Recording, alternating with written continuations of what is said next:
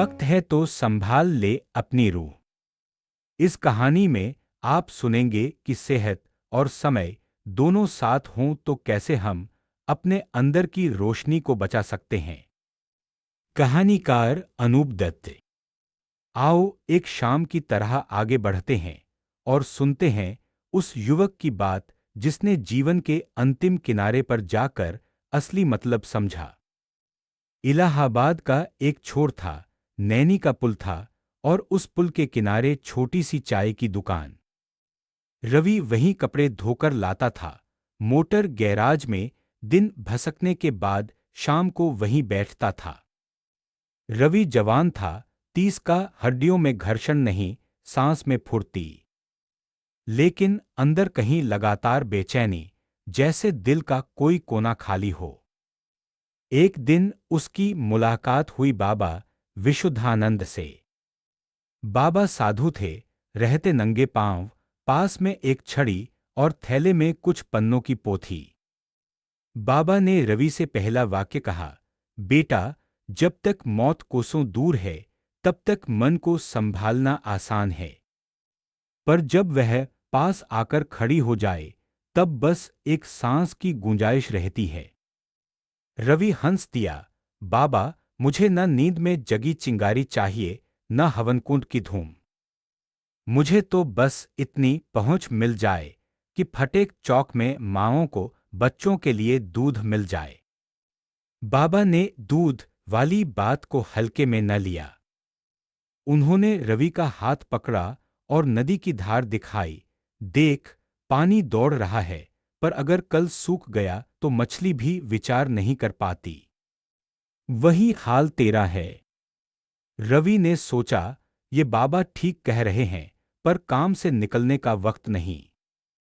वह गैराज पर 400 रुपये दिन का मिलता था, रोज 4 इडली का खाना और रात को सड़क किनारे टपरी। औरों को देखकर वह सोचता, मैं भी तो दौड़ रहा हूं, फिर खालीपन क्यों। दौड़ते दौड़ते एक दिन वह बीमार पड़ा। बुखार 100 डिग्री के पार, सांस फूलने लगी। दोस्त ने अस्पताल ले गया, डॉक्टर ने बताया किडनी पर दबाव और हाई बीपी।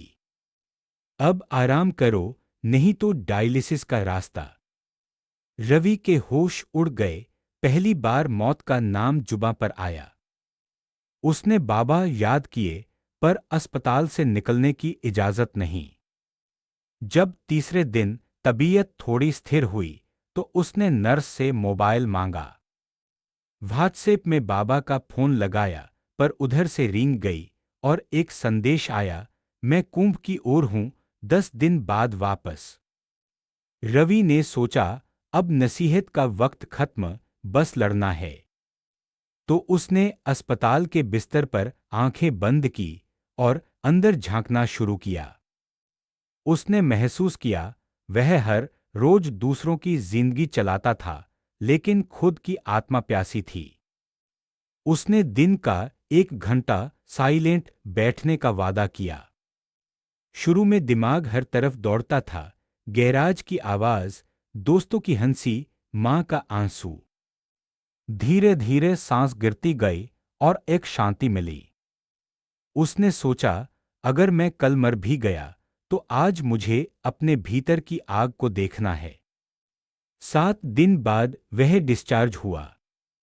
चलते वक्त डॉक्टर ने कहा, तुम्हें नियम से दवा और वॉक करनी है, पर सबसे जरूरी है स्ट्रेस कम। रवि ने सर हिलाया, पर अंदर से जान चुका था कि स्ट्रेस कम करने का रास्ता बाहर की दौड़ नहीं, भीतर की रोशनी है। वह सीधा गंगा घाट पहुंचा, बाबा का इंतजार करने लगा। 10वें दिन बाबा आए, माथे पर खरोंच, लेकिन आंखों में वही शांति। रवि ने प्रणाम किया, बाबा, मैंने आपकी बात समझी। जब तक शरीर मेरे काबू में था, मैंने आत्मा की परवाह नहीं की। अब जब मौत करीब आई, तब पता चला कि मैं कुछ भी नहीं ले जा सकता, बस अपने कर्मों की गंध। बाबा ने मुस्कुराकर कहा, बेटा, मछली बच्चे को देखती है और संभाल लेती है। कछुआ ध्यान से पहरा देता है। पंछी छू कर प्यार करता है। इसी तरह अगर तूने अपने अंदर की संतता को पाला तो वही तेरी परछाई बन जाएगी। रवि ने पूछा, बाबा अब रास्ता क्या है? बाबा ने उत्तर दिया, रोज एक छोटा सा काम जो दूसरे के दिल को छू जाए। एक वाक्य सच्चा बोलना, एक मुस्कान बांटना, एक बिल्ली को रोटी का टुकड़ा। यही आत्मा की दवा है और यही मौत को टालने की ताकत। रवि की आंखों से आंसू गिरे पर वो खुशी के थे। उसने गैराज में वापस काम किया, पर अब हर शाम 1 घंटा गंगा किनारे। वह बच्चों को फुटबॉल सिखाने लगा, बूढ़ों को चाय पिलाने लगा। उसने देखा, जैसे जैसे वह औरों की आत्मा को छूता, उसकी अपनी भी रोशनी बढ़ती। 1 साल बाद रिपोर्ट आई, किडनी का दबाव कम, बीपी नॉर्मल।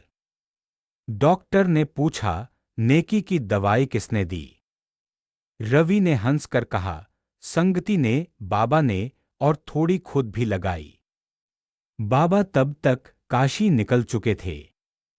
रवि ने उनके लिए दिया जलाया और सोचा, मौत अभी भी दरवाजे पर है। पर अब मैं डरता नहीं, क्योंकि मेरी आत्मा मेरे साथ है। संक्षेप: जब तक शरीर संभल रहा हो, तब तक रूह को संभालना सीखो। नेकी, सच्चाई और दूसरों की संगति यही आत्मा की दवा है। वक्त मिले तो इस्तेमाल करो, नहीं तो आखिरी पलों में हाथ में कुछ नहीं आता।